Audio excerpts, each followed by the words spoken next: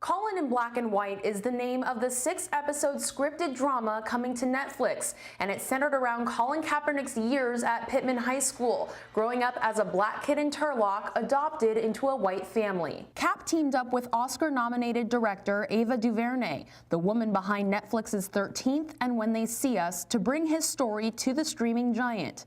Ever since he was photographed kneeling during the national anthem before a 49ers preseason game in 2016, the former Super Bowl quarterback from the Central Valley has been one of the nation's most polarizing figures, drawing criticism from the likes of President Trump. Get that son of a off the field right now. Out. He's fired. And praise from civil rights leaders like Reverend Al Sharpton, who said this at George Floyd's funeral. Give Colin Kaepernick a job back. Because when Colin took a knee, he took it for the families in this building. It's been nearly 4 years since Colin Kaepernick first took a knee in silent protest against police brutality and social injustice. It was deemed controversial then, but today it's practically the universal sign for taking a stand and saying Black Lives Matter. No word on when Colin in Black and White will be dropping on Netflix, but according to multiple reports, scripts were finished in May.